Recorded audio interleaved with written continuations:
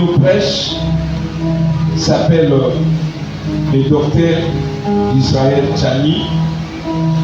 Aza moko ya ba pionnier ya cité Bethel, moko ya ba premier jeune oyo apôtre Emmanuel Lié abana ko utiliser dans l'enseignement et la prédication vers les années 70, mais Zaba Sala dans ligne nae amemaye na ouest ya Afrique isikani na kutana na mboka ya Abidjan oyo eza capitale ya Côte d'Ivoire.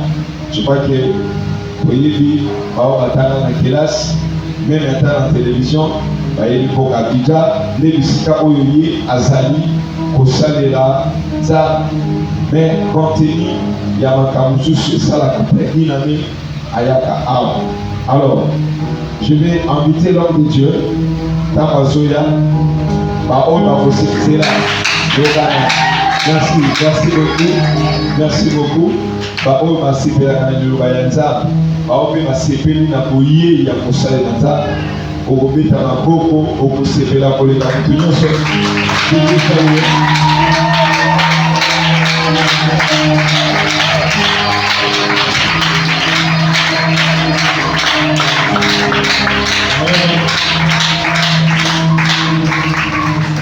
Père, nous te disons merci seulement ce soir. Nous bénissons chaque famille qui est présente ici. Nous bénissons chaque famille qui est représentée ici. Que ta miséricorde et ta grâce puissent pardonner beaucoup parmi nous.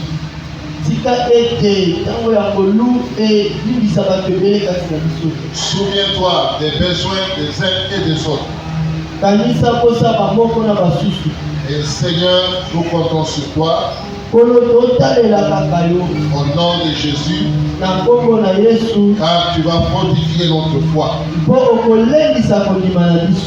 nom de Jésus. Amen. Amen. Amen. Amen. Merci beaucoup, pasteur.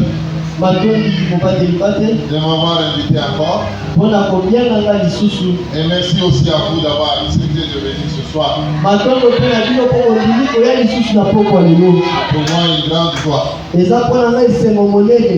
très grande joie de venir encore pour que nous nous rassemblions. Amen. Amen. Comme le pasteur l'a dit, on ne va pas répéter. Je devrais déjà voyager, mais Dieu a voulu que je sois là. Les jours que Dieu va nous donner à partager la parole, je vais juste rappeler certaines choses que vous connaissez. Quand l'homme connaît certaines choses, et il commence à les négliger, c'est comme ça que la mort rentre parmi les peuples de Dieu. Amen. Amen. Amen. Amen. Est-ce que vous me suivez? Alléluia. Amen. Amen. Alors, le pasteur a dit quelque chose qui est fondamental pour ce soir. Il a dit, il est nécessaire que nous ayons des chrétiens qui savent distinguer ça c'est la parole de Dieu, ça c'est pas la parole de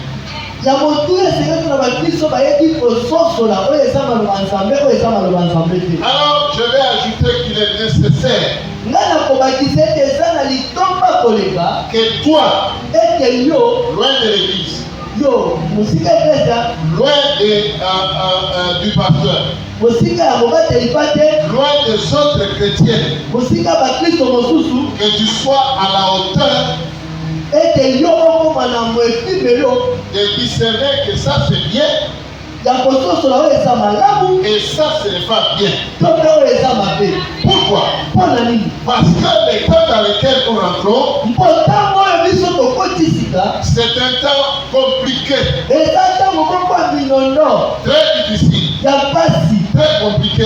ya mokulu. Esaïe a écrit aux enfants d'Israël, Isaya akomeli bana Israela ou bien il leur a parlé à un certain moment, balobela bango mpola ntango moko parce qu'il avait compris que le temps de la confusion était venu. mpo asozolaki ete ntango mokulu ya nkulu ekesi ekotaki. On ne sait pas distinguer la droite et la gauche. toyebi te kososola ngambo ya mwasi na ngambo ya On mobali. ne sait pas distinguer ce qui est bien et ce qui est mal. toyebi te kososola oyo eza malamu na oyo eza mabe. À tel point qu'on est complètement perdu. na ntina ete ti bato bakomi ya kobunga libela. Aujourd'hui, malgré les études que les gens ont faites, lelo atako bakelasi oyo bato bakotanga mais on est étonné qu'ils soient perdus. kasi tozokambo ete babunga nzela. On a des hommes et des femmes qui ont des grands diplômes. toza na basi mibali bana bamaproblème ya minene Mais on ne comprend pas. kasi tososola te. Ils amènent des gens bazomema bato et ils vous disent mpe balobi na bino il peut être un garçon akozala mwasi et il peut aussi être une femme. akozala mpe mobali. Mais on est perdu. kasi ya basi tobungi C'est ça le bazar. yango te C'est ça le problème aujourd'hui. yango te likambo lelo. On ne peut pas faire des distinguos tozokoka te kososola makambo entre ce qui est bien et ce qui est mal. na kati oyo ezali malamu mpe na oyo eza mabe. Mais lorsque toi tu es chrétien, kasi ntango oyo oza mokristo lorsque toi tu es chrétien, ntango oza mokristo mobali to mwasi le pasteur ne va pas discerner pour toi paster to mobali lipa te esengeli te ya sosolelela na yo ce qui est bien de ce qui est mal. na oyo eza malamu to ya mabe. Tu dois être à la hauteur yo moko esengeli okoma na ekubelo et dire que ça c'est pas bien. ya kolobeli oyo eza malamu te. Même si toute la maison le fait, atako ndako mobimba esala bongo moi je ne le ferai pas. ngai na kosala yango te. Même si ça doit me coûter la vie, ata bakosala ete ngai nakufa na nga je ne le ferai pas. naosala te. Pourquoi? mpo na Ce nini? n'est pas la parole de Dieu. eza maloba nzambe te.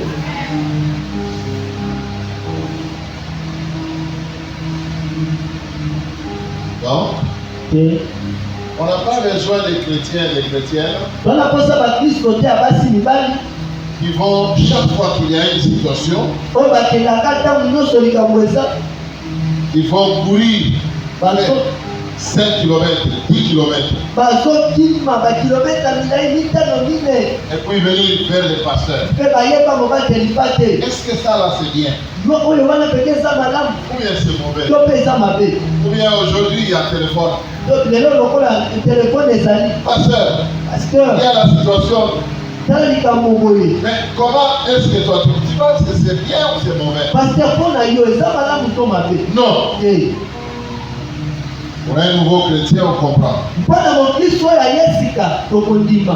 Pour un nouveau venu, on comprend. mpo na moto abongoli motema sika yesika tokondi Et on va tolérer. mpe tokokopesa nzela.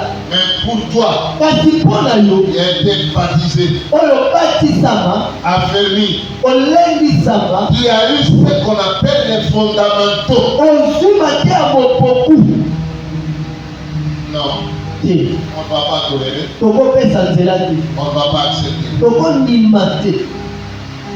Ce qu'on attend de toi, oyo tozoyoka mpo na yo non, ce qu'on oyo attend de toi, tozela epa na yo que tu sois à la hauteur etokoma lepibelo wana de faire la différence ya kososola makambo entre ce qui est de Dieu et ce qui est du diable. na oyo eza ya nzambe mpe na oyo eza ya diabu, Entre ce qui est des hommes, na oyo eza ya bato ce qui est du Saint-Esprit. na oyo eza ya molimo santo. C'est ce qu'on attend de toi. yango nde tozozela epa na yo. C'est pourquoi tu viens ici pendant le séminaire. yango oyaka awa na ntango ya makindo. C'est pourquoi tu viens assister aux enseignements. yango oyaka na malakisi. Alors Dieu m'a dit nzambe alobi na nga de te dire, nayebisa yo de te rappeler. ya koyebiso Ce lisusu. n'est pas aller dans le mystère, non, c'est bon pour aujourd'hui. tala okendaka na bamasanga wana te. Mais Dieu m'a dit de te rappeler toi. nzambe ayebisi nga yebisa yo. Il faut que tu sois capable esengeli okóma na mipimelo de faire la différence ya kososola entre ce qui est bien kokesenisa oyo eza malamu et ce qui est mal. oyo eza mabe Entre ce qui est la parole de Dieu na kososola oyo eza maloba ya nzambe et ce qui n'est pas la parole de Dieu. oyo eza maloba ya nzambe te. Et le monde a besoin de toi comme ça. tala mokili ya na kosala yo nde moko Alors les gens viendront chez toi nde wana bato bakoya epa na yo pour te demander, mpo na kotuna yo avant d'arriver chez le ya pasteur, mokutu bakoma epa pasteur est-ce que ça c'est normal? oyo eza mpenza ya solo Est-ce que ça c'est bien? oyo eza malamu Pour que tu sois à la hauteur, esengeli okóma na epimelo wana en mesure de leur dire, na epimelo akolobela bango à mon humble avis, ngai na oyo etali nga mpo na nga je ne crois pas que ça soit conforme à la parole de Dieu. na ndimi te ekokani na maloba nzambe C'est pourquoi nous lisons la parole. yango totangaka maloba nzambe Et c'est pourquoi aussi mpe yango mpe ntina Dieu t'a doté du Saint-Esprit. nzambe apesa yo molimo santu Tu as été à l'école, yo ozalaka litelo tu n'as pas été à l'école, okotana litelo te tu es très intelligent, oza mayele mingi tu n'es pas intelligent, oza to mayele te tout le monde est intelligent. moto nyonso aza na bwania Lorsqu'on reçoit le Saint-Esprit, ntango oyangi molimo santu c'est l'esprit de sagesse eza molimo ya bwania et l'esprit de révélation. mpe molimo emoniseli Même si tu n'as pas été à l'école, ata kokota kelasi te mais que tu portes en toi le Saint-Esprit, kasi ntango omemi kati na molimo mosantu tu deviens plus sage et plus intelligent amen okomi na bwania okomi na mayele que koleka les gens qui ont terminé l'université. koleka moto asilisaka kelasi ya likolo Parce que tu as l'esprit de Dieu en toi. osala molimo ya nzambe kati na yo Tu as cet esprit de révélation, osala molimo wana emoniseli cet esprit de discernement. molimo mososoli Amen. amen Nos jeunes filles sont là. bilenge basi na biso baza C'est naturel. Les jeunes gens vont tourner autour de toi. eza bongo bilenge mibali bakoya penepene na yo Et il faut que tu sois à la hauteur esengeli okoma na ebimelo wana de comprendre que ya kososola ete ce jeune homme-là, elenge mobali oyo c'est un faux type. amoto mabe Toi-même, tu dois comprendre ça. so moko esengeli oyeba yango ososola yango Il faut que tu sois à mesure esengeli okoma na makoti wana avant ton père, ya kotata na yo avant ta mère, to mama na yo avant ton pasteur, ya komobateli pate na que tu yo sois à mesure yo okoma na makoti wana et comprendre que ces garçons qui tournent autour ya de moi, kososola ete olengi mobali ozobaluka penepene na nga il n'est pas dans la pensée de Dieu. aza na makanisi ya nzambe te Alors tu ne viendras pas nous donner un travail utile. wana okakopesa biso mosala ezanga ntina te Tu dis, ah, homme de Dieu, tala moto na nzambe bon, j'ai rencontré cet homme-là, il est venu, nakutani na mwana mobali oyo ayaki il dit qu'il veut m'épouser. alobi alinga yo balanga Très bien. malamu Mais quel est le problème? sikoyo likambo nde nini Il va à l'église. akende na eglesi Oh non, te lui ne va pas à l'église. yakenda na eglesi ya te Mais c'est un bon type au travail là-bas. kasi aza mobali moko malamu na mosala Et il faut faire attention. tala sala keba Quand un homme n'est pas régénéré, ntango moto akotami ya sika te il est dangereux. aza moto mabe moto likama Nous-mêmes, on se bat avec la parole de Dieu. biso mona lutu okunda na maloba ya nzambe On est difficile à maîtriser. toza tozomona ngo mpasi mpona Mais toi, tu vas chercher encore lui qui n'a pas Dieu. yo moni moni okotala moto ana na nzambe te Il va te démontrer quelque chose. akotalisa eloko moko Ça sera trop tard. ekozala ntango esi eleki nsima ntango Tu vas dire, oh non, je savais. soko nayebaka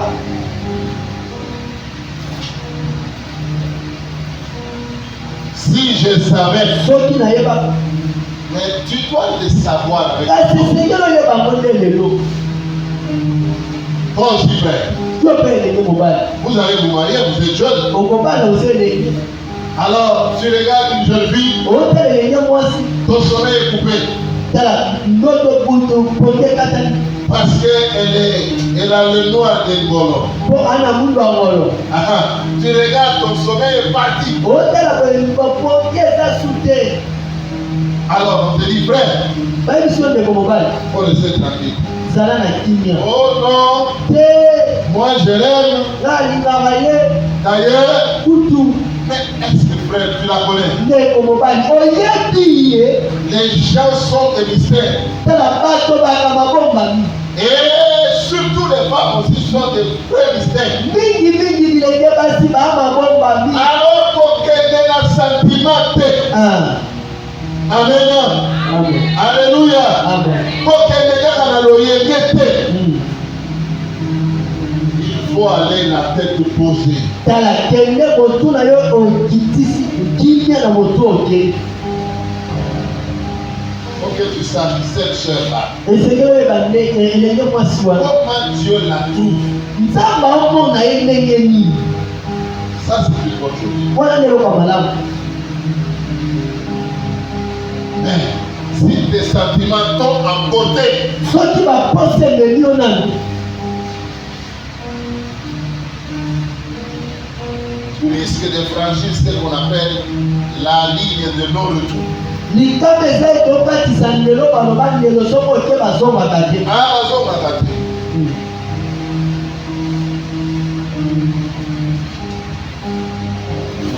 Amen. amen Amen. amen Je ne sais pas si on se comprend. nayebi te soki toyokana Dieu est venu te parler ce soir. naye kolobe na poko ya lelo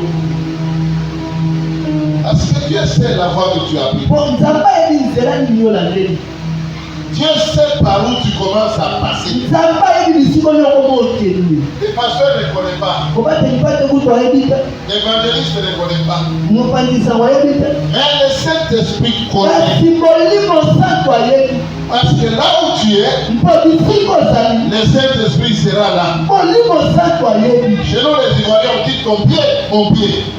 esika mpona bandeko ya kodiva balobaka lokolo no lokolo na Là où il y a ton pied, là aussi sera mon pied. esika lokolo no eza esika lokolo nga mpe ekozala Donc, le Saint-Esprit connaît les voies que tu empruntes. molimo santo oyebi nzela yo okendaka wana Dans ton commerce, na mombongo na yo dans tes affaires, na misala na yo dans ton projet de mariage, na mandaka no ya libala dans tes études, na kelasi na yo dans la politique. na politiki Dieu sait nzambe ayebi là où tu passes. bisika olekanaka Il voit. amonaka Il sait que dans 5 ans, ayebi ete na libulu mitano tu vas tomber dans un trou. okokwela libulu moko Il sait que dans 10 ans, ayebi ete na mibu zomi tu vas perdre complètement les choses de Dieu. okobungisa makambo ya nzambe nyonso Alors le Saint-Esprit résiste nde molimo santo aza kotelemela yo parce que ce n'est pas bien. mpo eza malamu te Et toi, tu dis, il faut que moi je puisse aller. yo lobi esengeka nga nakende D'ailleurs, il faut laisser le pasteur là-bas. kutu tika kutu nane tika ata paster yango Il est contre moi. ye azotelemela nga Lui, il est marié, moi je ne suis pas marié. ye abala sikoyo nga nabali te Alors, il est contre moi. aotelemela libala na Parce nga que je vais marier cette fille-là.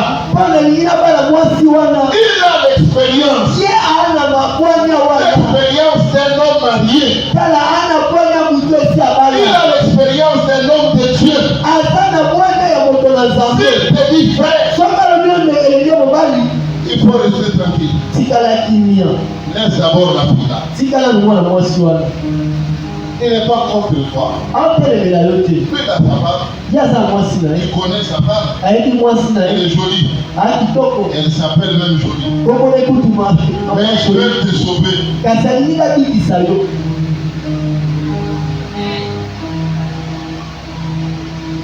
Alléluia. amen Alléluia.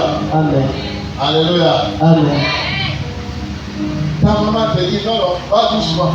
mama nalobi keke malebe Oh, vous là, les vieux comme ça là. bino bamikolo molekisa ntango boyebi kilelo te Les choses d'aujourd'hui là, vous ne comprenez pas. makambo ya kilelo boyebi yango te On ne comprend pas ces choses d'aujourd'hui. toyebi te makambo ya kilelo Mais le Saint-Esprit à nous comprend les choses d'aujourd'hui. kasi molimo santo ayebi makambo ya kilelo Là où tu t'en vas là, bisika okende wana là où ta maman dit non, bisika doucement, mama no akoli wana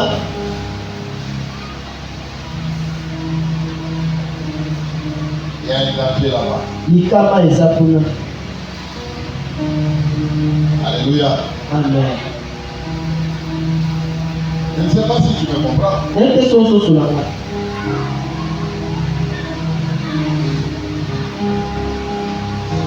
Ton projet là. Sinon, je vais gagner beaucoup d'argent. Les pasteurs te disent non, non. pasteur, Oh, il est contre moi. Parce qu'il sait que j'aurai de l'argent. L'argent là, c'est bien. Nous en avons besoin. Nous en cherchons tous les jours.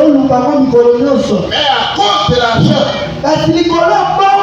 Balaam a abandonné le ministère.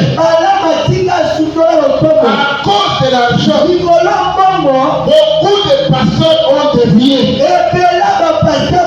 À cause de l'argent, beaucoup sont morts avant leur temps. À cause de l'argent, il y a des gens qui se sont vendus au diable. À cause de l'argent, beaucoup de jeunes filles ont perdu leur virginité. À cause de l'argent, beaucoup de femmes ont été infidèles. À cause de l'argent, beaucoup d'hommes ont fait entrer la mort dans leur famille.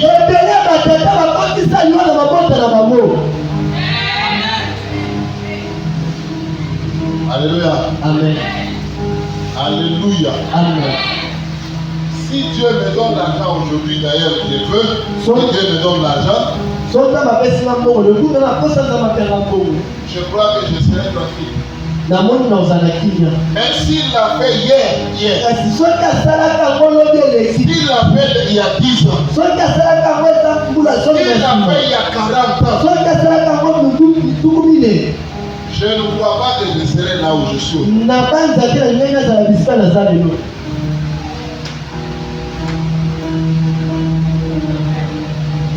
Alléluia. Amen. Alléluia. Amen. Vous savez l'argent là. Il y a des gens qui ont l'argent, ils ont cessé de dormir. Il y a des gens quand ils ont de l'argent, ils ont envie de se promener dans Kinshasa le même jour, dans toutes les communes. Il y a des gens quand ils ont l'argent, ils veulent boire tout type de boissons. Il y a des gens quand ils ont l'argent, ils ne savent pas qu'est-ce qu'il faut faire. Bref, ils deviennent fous.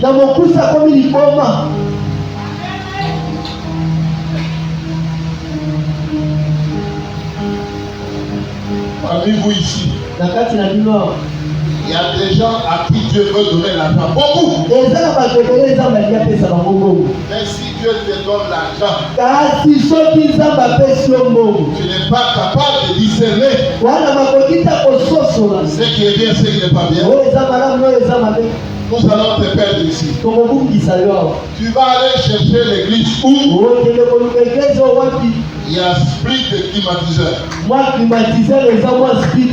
Tu vas chercher l'église où les pasteurs ont une bonne jolie patron. Mais Dieu veut te donner l'argent pour que tu achètes patron ici. Pour que tu mettes climatiseur ici. Mais toi, quand tu as l'argent, il dit, oh, Josué n'est pas pour ça. Non, je m'en vais là-bas. Là-bas, on ne te connaît pas. Ici, tu es son enfant. Il veille sur toi. Il prend soin de toi. Il prie pour toi par ton nom. Par ton nom. Et là où tu vas, c'est un papa des gens. Il a ses enfants. Il connaît. Il a mis au monde. Dont il prend soin. Quand tu es venu avec ton petit ami, il ne te connaît pas. Il ne te connaît pas. Tu vas tout faire. Osa nyonso. À cause de ton argent, Likola mbongo na yo. il faut qu'ils te connaissent. Esengeli ka yeba yo. Mais la meilleure bénédiction, Kasi lipambo lia malamu. c'est celle qui vient des pères. Eza outaka epa tata. C'est ça la meilleure bénédiction. Yango nde lipambo lia solo solo.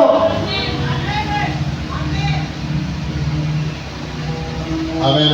Amen. Est-ce que tu es avec moi ce soir?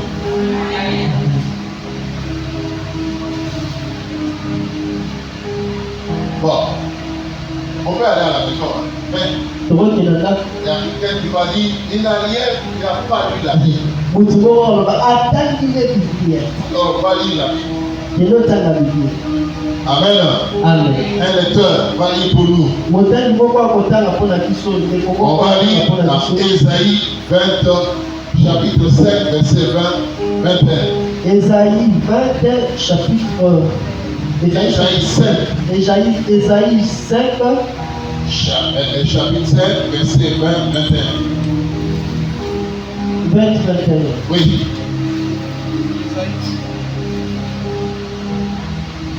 Ésaïe chapitre 5, le verset 21, nous allons Jésus. Oui. Voilà à ceux qui appellent le mal bien. Et le bien mal. Qui changent le ténèbre en lumière. Et la lumière en ténèbres. Et qui changent l'amertume en douceur. Et la douceur en amertume. Malheur à ceux qui sont sages à leurs yeux. Et qui se croient intelligents. On va aller doucement. Reprenez encore, phrase par phrase. Malheur à ceux qui appellent le mal bien. Merci.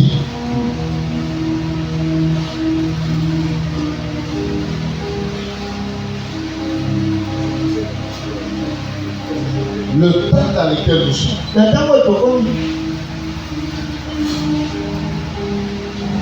la spécificité de ce temps,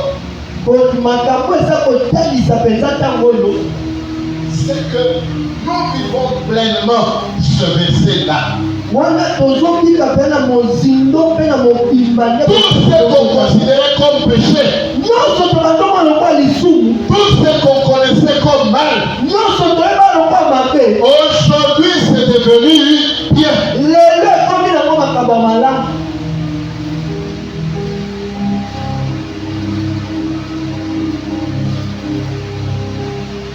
Amen. Amen. C'est ça ou ce n'est pas ça? Toutes les séries télévisées que vous regardez, Indien, français, américain, c'est le mal qui est devenu bien. C'est le mal qui est devenu le modèle.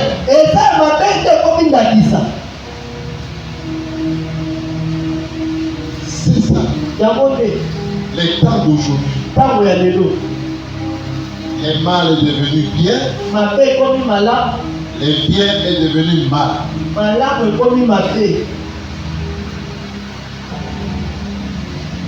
Et ce qui est grave, avant c'était dehors. Les gens ne voulaient pas dire certaines choses, faire certaines choses dans l'église. Donc vous savez que non, ça là à l'église on peut pas. Mais aujourd'hui, le mal est fait à l'église. Tout ce qu'on appelle pasteur,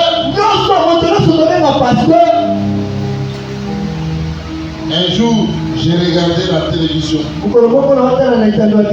à la maison. On a fait passer un musicien. Je ne connais pas son nom, un musicien de Kofi. Alors, le journaliste lui demande.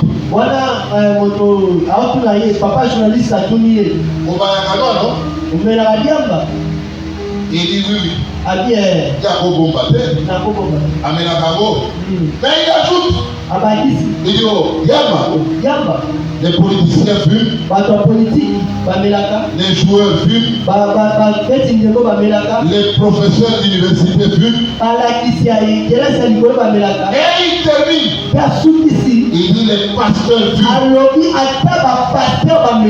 Alors la personne qui était avec moi me regarde. J'ai dit tu as bien entendu. Les pasteurs aussi fument.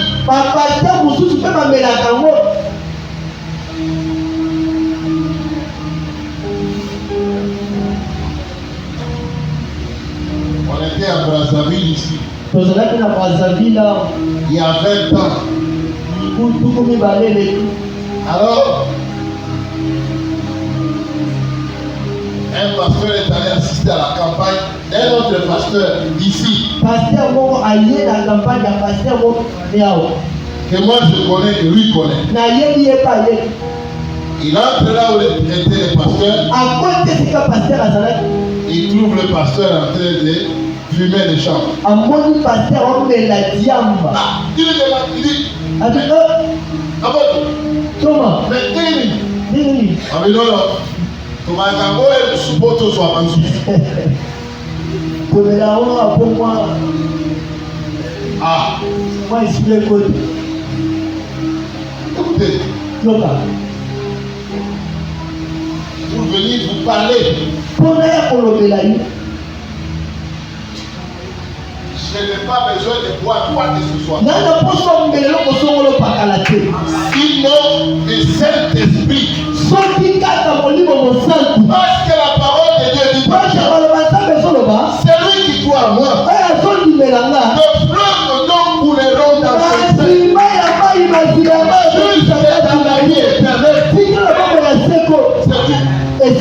J'ai besoin de boire. Saint-Esprit. Mon âge soit en dessous. Alléluia. Amen. Alléluia. Amen. Alléluia. Amen. Je n'ai pas besoin de boire d'accord. Je n'ai pas besoin.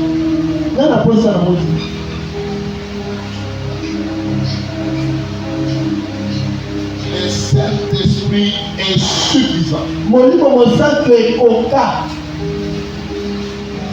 Alors, comment les églises aujourd'hui, ils laissent le Saint-Esprit.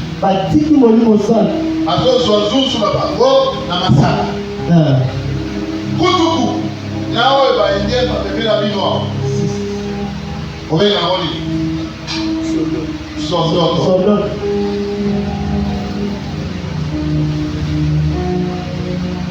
Et j'étais étonné. C'est un phénomène dans ce pays.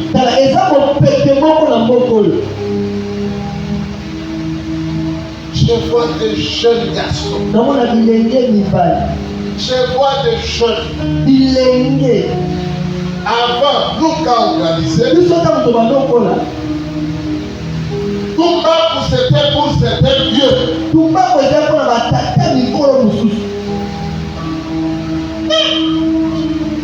Quand je viens aujourd'hui, je vois les jeunes.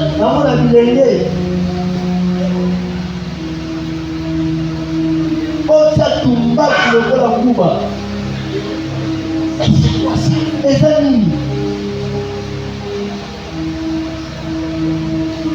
J'ai demandé à un, pourquoi tu fais ça? Il dit non, parce que moi là, souvent j'ai des maux de tête. Si je prends ça là, je suis bien. Je lui dis non.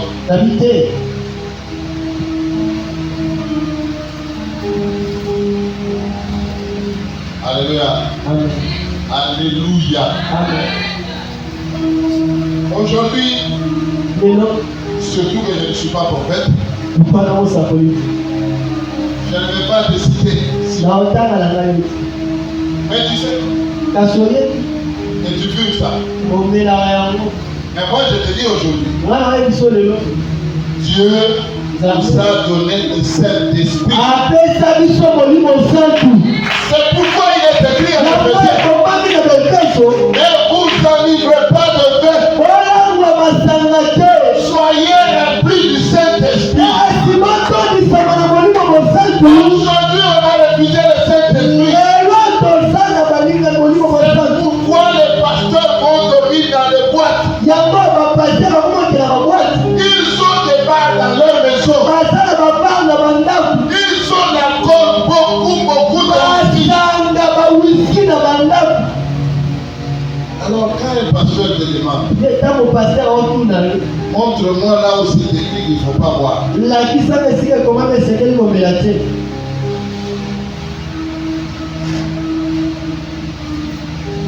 C'est que l'église a des problèmes.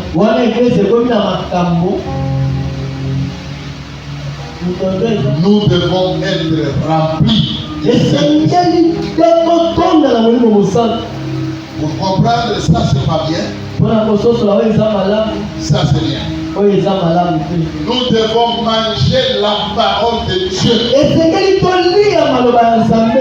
Chaque jour, il faut que je lise ou que j'écoute la parole de Dieu. La parole de Dieu dit, la foi vient de ce qu'on entend. Ce qu'on entend vient de la parole de Dieu. Mais toi, tu vas passer une semaine, tu n'entends pas la parole de Dieu.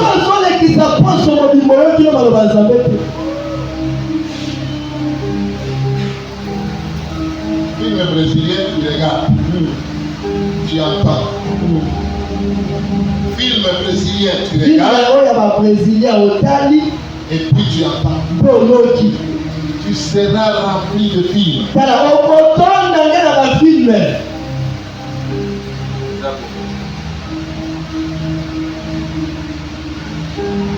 Moi, je me plie sur les réseaux sociaux, WhatsApp. Quand je regarde WhatsApp, l'heure est dépassée. Je peux faire 2, 3 jours. Je ne touche pas ça. La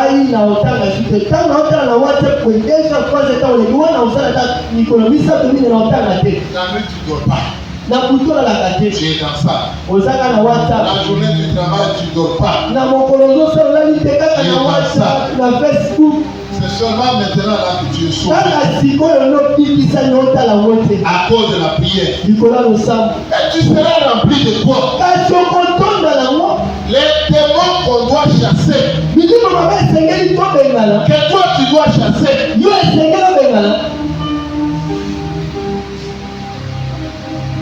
Il faut que tu sois rempli du Saint-Esprit. Que tu sois rempli de la parole de Dieu.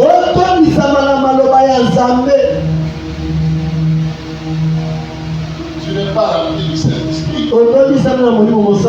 Tu n'es pas rempli de la parole de Dieu. Mais tu veux aller chasser les démons. Les démons vont te chasser. Alléluia. Amen. Alléluia. Amen. J'ai dit que les démons vont te chasser.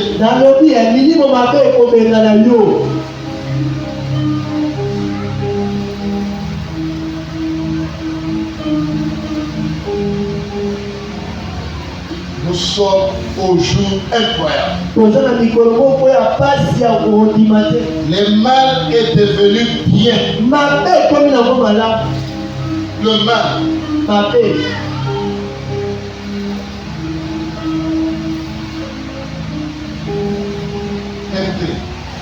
Dieu qui m'a créé avec ma tête penchée là. Il sait pourquoi il m'a créé. Il sait qu'avec la tête penchée là, il peut m'utiliser. Mais que moi je cherche à corriger Dieu. Il y a beaucoup de jeunes gens en Europe. Ils étaient garçons. Et puis ils sont devenus filles. On les a opérés. Ils sont devenus filles.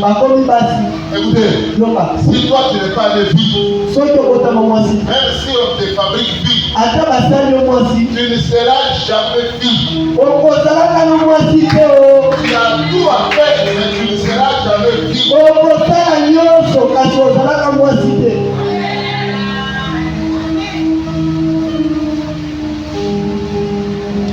Tu vas voir un garçon. elenge mobali C'est quoi?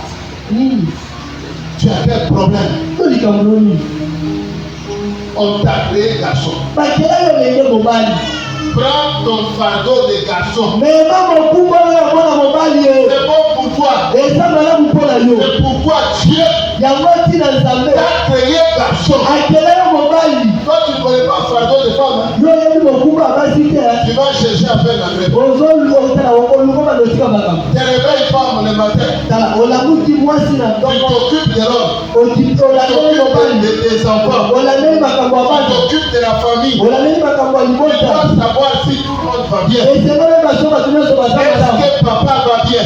papa aza Est-ce que malamu les enfants sont bien? bana baza malamu Est-ce qu'ils sont corrects? bango baza na monango Ah, si tu n'as pas été créé femme, sokokelama na mwasi te tu vas chercher la grève. okolunga ndoni otika makambo mosusu Mais ça sera trop tard. kasi kozala pasi nsima ya ntango. Il y a des filles qui veulent devenir garçon. eza bilenge basi bayebaka mibali Parle comme garçon. okoma mobali soni Elle parle comme garçon. aoloba lokola mobali S'habille comme garçon. aolata lokola mobali Agisse comme garçon. aosambaka lokola mobali. Écoutez, yoka tu es en train de te tromper. omikosa Garçon. mobali. Vous savez pourquoi il meurt avec AVC? oyepani bango bakufa na baavesi Parce que tout ce qu'on va faire dans la famille, nyonso bokosala kati ya libota lui doit penser à ce que toutes les institutions de la maison marchent bien. ye esengela banza yango akanisa ete makambo nyonso ya ndako etambola malamu. On va tout faire. tokosala nyonso Chacun va tout faire. moto na moto akosala nyonso Mais ça va arriver à la place du papa. kasi ekoleleka kaka na nzela ya papa. C'est lui qui doit dire le dernier oui ou non. ye nde esengela baliloba suka iyo C'est totote un petit problème. yokalisezelaka likambo moke. Mais vous n'avez pas vu des hommes qui ont fui les femmes. tala omona te mibali oyo bakima bandako batiki basi bakimi. Antali alobi non, non, non, non, vraiment la pauvre. ayengela Tu vas gérer la femme avec ses humeurs. yo okobanda kokamba mwasi na bamakambo nazalaka nango. Tu vas gérer les enfants, chacun avec son film. oza kokamba mwana na yo ya mobali to bana La nyonso maison doit mona manger tous les jours. ndako esengeli lia mikolo nyonso. Les gens doivent aller à l'école. bato esengeli bakende kelasi. Tout le monde te regarde. moto nyonso atelelaka yo. Papa va faire. papa osala C'est ça, papa. yango ndeki papa osala. La femme prend crédit. mwasi aki obepa Ton nyongo mari va payer. mobali afuta. Alors toi, yo tu quittes ta place de fille. olongola esika naki mwana mwasi Non, non, je vais devenir garçon. alina kona mwana mobali. Ah, tu ne connais pas bien garçon. tala oyebi te kozala mwa mobali oyebi yango te. Parce que tu te trompes. Hein? omikosa Quand toi tu travailles, ntango yo oza mosala quelqu'un il est en train de ronfler. moto moko alali pongi Il est en train de ronfler en pensant à tout le monde. alali boye okanisa yo ozokanisa mpona motu nyonso.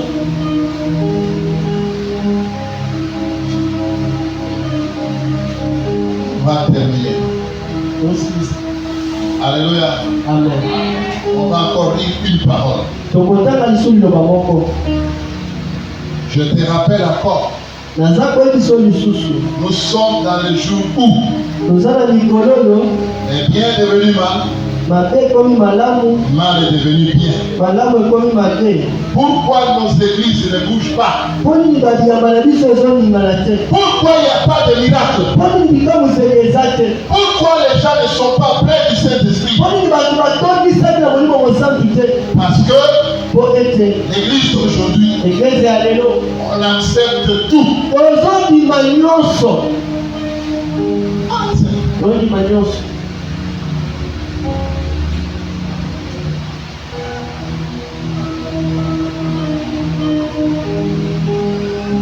Il n'y a pas de limite. Alors ça devient terrible. Nous ne sommes pas sous la malédiction. Nous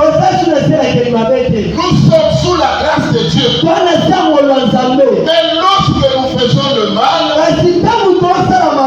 la parole de Dieu dit, nous mettons un mur qui nous sépare avec Dieu. Nous mettons un parapluie qui nous sépare avec la main de Dieu. Nous mettons les limites à nos prières, à nos jeûnes, au travail de Dieu. Parce qu'au lieu de faire ce qui est bien, nous faisons ce qui est mal. Et tout le monde fait comme ça.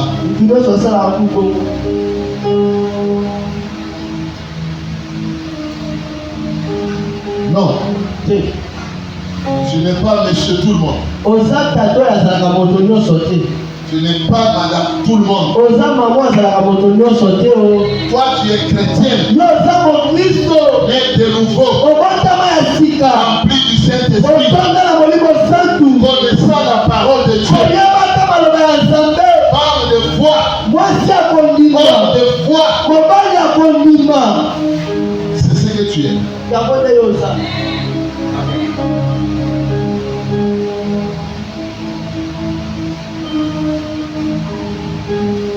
Nous allons lire rapidement pour que nous prenions quelques versets à amener à la maison. Nous allons lire Éphésiens 4. Nous allons lire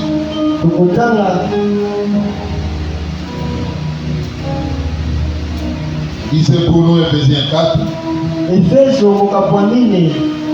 Lisez d'abord 31, 32. Éphésiens chapitre 4, verset 31. Que toute amertume, toute animosité, toute colère et toute clameur, et toute calomnie, et toute espèce de méchanceté disparaissent du milieu de vous. Soyez bons les uns envers les autres, compatissants, vous pardonnant réciproquement, comme Dieu pardonne en Christ. Et au verset 30 on dit, quand ces choses sont dans l'église, qu'est-ce qui se passe? N'attristez pas le Saint-Esprit de Dieu, par lequel vous avez été scellés pour le jour de la rédemption. Vous comprenez pourquoi le Saint-Esprit n'agit pas? Il est triste à cause de toi. Il est triste dans l'église. Pourquoi je dis on n'est pas sous la malédiction comme le juif. Mais lorsque ces choses sont dans l'église, Amen, et Dieu n'agit pas, la puissance de Dieu ne se manifeste pas, parce que ce mal-là est parmi nous.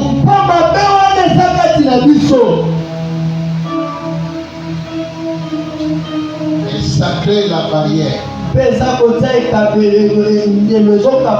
barrière entre nous et Dieu. Nous lisons cela en Ésaïe 59. On va lire rapidement Ésaïe 59, 1 jusqu'à 3. Qu'est-ce qu'on dit? Ésaïe 59, le verset 1 à 3. Non, la main de l'Éternel n'est pas trop courte pour sauver. Ni son oreille trop dure pour entendre. Mais ce sont vos crimes qui mettent une séparation entre vous et votre Dieu. Ce sont vos péchés qui cachent Ce sont vos péchés qui vous cachent sa face et l'empêchent de vous écouter. Car vos mains sont souillées de sang et vos doigts de crime. Vos lèvres profèrent le mensonge. Votre langue fait entendre l'iniquité. Amen. Il y a des gens ici qui sont chrétiens. Mais sur les réseaux sociaux, ils s'insultent sérieusement. Il y a d'autres qui mentent même. C'est dans l'église où on dit pasteur tel est mort. Je suis ici, un pasteur m'appelle à Abidjan. Il dit, on nous dit que Matou Samuel est mort. Je dis, moi je suis à Kinshasa, il est vivant. C'est qu'il y a des gens qui l'ont tué avec les mensonges.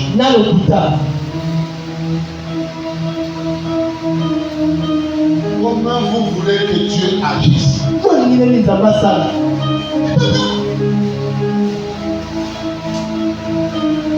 Dieu n'a pas changé. C'est toujours le même Dieu puissant. Même tout puissant. Plus puissant que le tout puissant. Pourquoi on ne voit pas la main de Dieu? Nous mentons, nous trichons, nous faisons les désordres. Mais on dit qu'on est chrétien. Beaucoup de nos jeunes filles ici. Je ne décide pas aujourd'hui. Et puis béni Dieu parce que je ne suis pas prophète. Beaucoup ont déjà voté. Papa ne connaît pas. Mais pasteur ne connaît pas.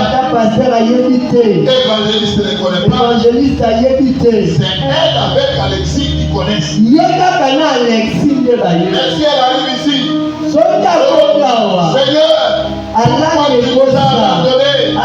Pourquoi tu n'agis pas? Le Saint-Esprit te dit, parce que toi tu abordes, je ne peux pas me manifester. Je bloque même la prière de l'église. À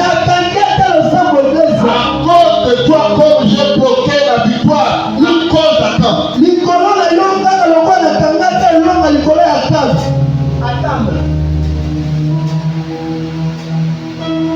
On va terminer. Tu sais, tu as faim. Tu n'es pas réparti. Et personne ne sait. Personne n'a vu. Le ciel de Dieu t'a vu. La terre de Dieu t'a vu. Le Saint-Esprit t'a vu. Et ils savent que toi, tu as le sang.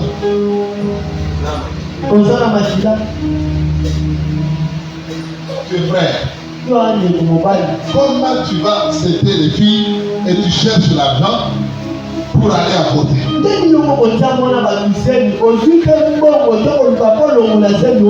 puis tu viens à l'intercession. Oh Seigneur, il faut agir. Oh la tout-puissance. Dieu attend que tu puisses d'abord la vérité. Des messages comme celui-ci, je sais que beaucoup ne sont pas contents. Ce n'est pas grave. Allez, j'étais à Abidjan là-bas. Un homme de Dieu nous a appelé un jour. Moi, un évangéliste. Nous sommes allés le voir. Il est du Burkina. Azan de Burkina Faso. Évangéliste de la Côte d'Ivoire. Évangéliste à Côte d'Ivoire. Il nous a appelé. Avec Ibiso. Il dit, Alobi. je vais vous faire voyager en Italie. Naoti Dabio na Italie. Parce que lui il va là-bas tout le temps. Boya ke na buna kolonios. Mais si vous arrivez là-bas, Soko komi kuna. il ne faut pas parler sur le péché. Bono ba kola masumu te. Quand nous sommes sortis de là, Tango to bimi kuna. j'ai dit à l'évangéliste, Na ndisi mo pali.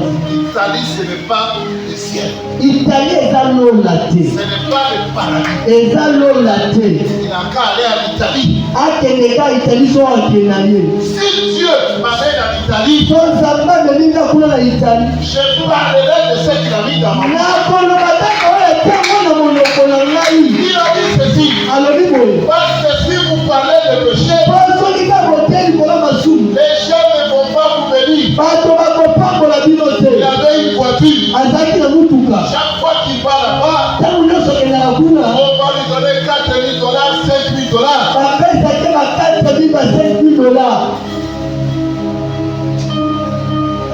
Ils n'ont qu'à rester avec ça. Tala bafanda na bambongo na bango. Mon Dieu que je prie là, Nzambe nga na sambela. il a plus que ça. Aza nango koleka. Vous savez pourquoi à l'Apocalypse on a parlé de la Nouvelle Jérusalem? Obi mponi na mukande monzeza biko ya Yerusalemu ya sika. C'est pour que nous ne puissions pas trembler. Eza po tolengalenga te. Quand on va nous parler de Paris, Ntango babeta biso lisolo ya Paris. quand on va nous parler de New York, Ntango baloba likolo ya New York. quand on va nous parler de Turquie, Ntango baloba likolo ya Turquie. Tchangoun, Djwabour.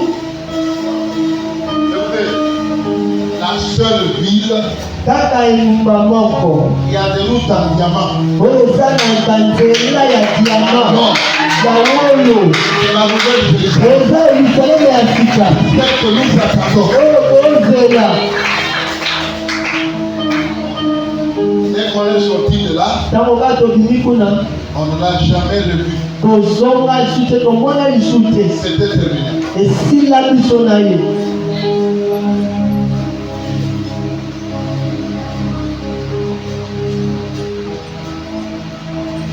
On va se mettre debout. Tozotelema likolo.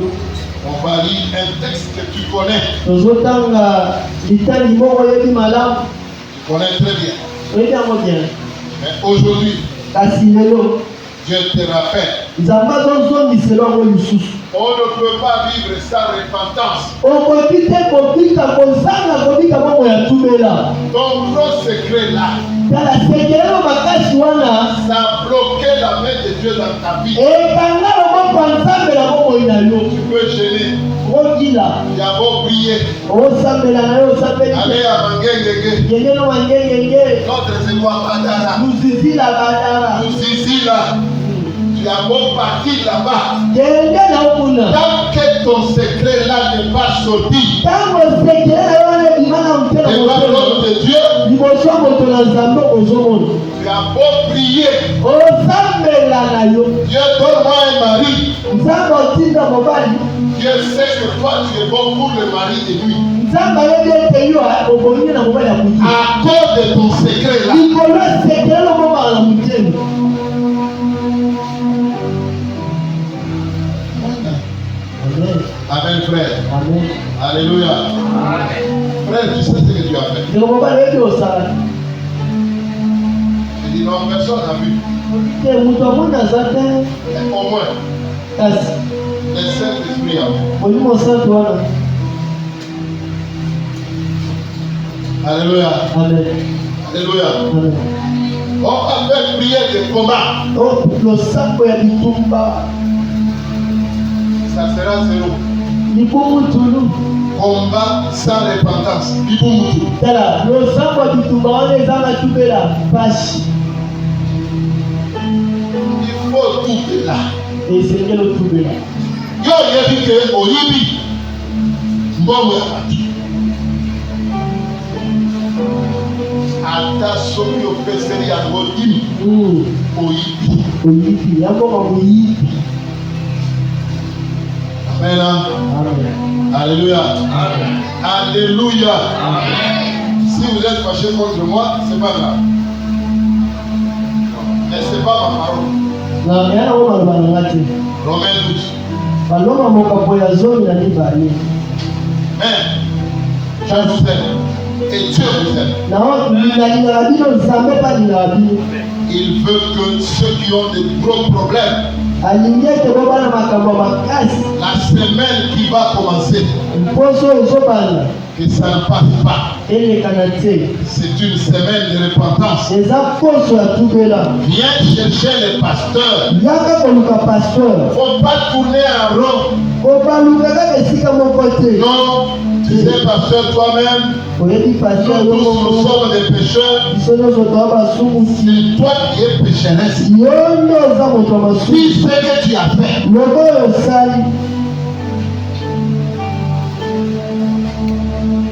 Écoutez, avec ton problème là, et laisse pas passer la semaine qui vient. Amen. Amen. Alléluia. Amen. Romains 12. On connaît. On va lire le verset, partir du verset 1 jusqu'au verset 1. Romains chapitre 12, au premier verset au deuxième.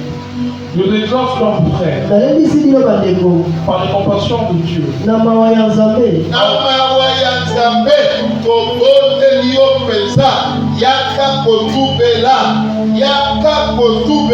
on continue. à offrir vos corps comme un sacrifice vivant,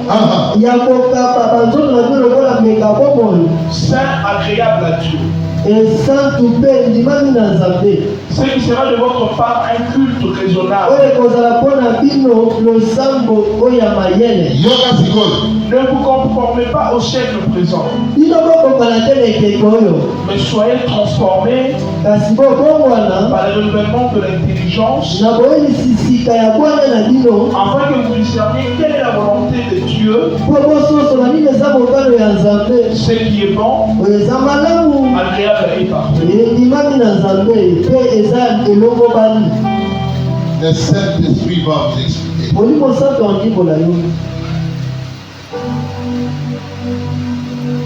Si tu ne vis pas ça, si l'église ne vit pas ça, on ne verra pas la main de Dieu. Nous venons pour que Dieu le bénisse. Nous venons pour que Dieu agisse dans nos vies. Mais ce que tu connais là, ton secret là, tes secrets là, c'est une barrière terrible. Même la prière de combat ne peut rien. Même les jeunes à Mangengenge, ça ne peut rien.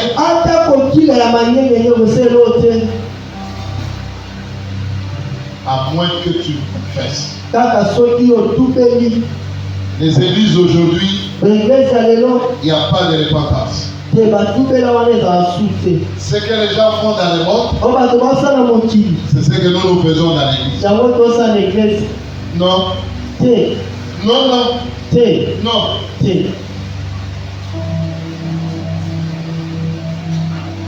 Tu vas élever ta voix.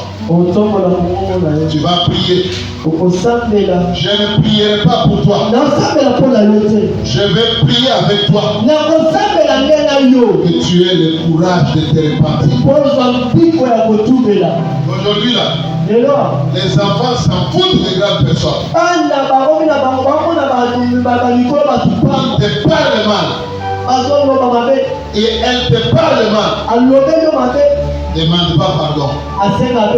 Si tu sais comment tu parles mal de l'église, parle de la femme du pasteur, parle du pasteur, mais tu veux que son Dieu là te bénisse.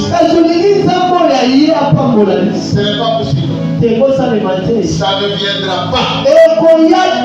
Lorsque tu insultes les serviteurs de Dieu, lorsque tu critiques sa femme, lorsque tu mépris sa femme, c'est Jésus que tu as méprisé. Élève ta voix. Tu vas prier. Nous allons prier. Toi, tu connais pour toi. Moi aussi je connais pas. Mais alors Dieu doit nous bénir. Dieu est prêt à nous bénir. Dieu est prêt à nous bénir. Mais qu'est-ce que nous gardons? Comment nous nous conduisons? Prions le Seigneur. Alléluia. Merci notre Dieu. Merci ce soir pour cette assemblée. Que tu veux ramener à la repentance. Que tu veux bénir après la repentance. Merci pour ce frère. Parce qu'il n'est pas plus mauvais que tout le monde. Merci pour cette sœur. Parce que ce qu'elle a fait, d'autres l'ont fait. Accepte Dieu de toucher son cœur. Accepte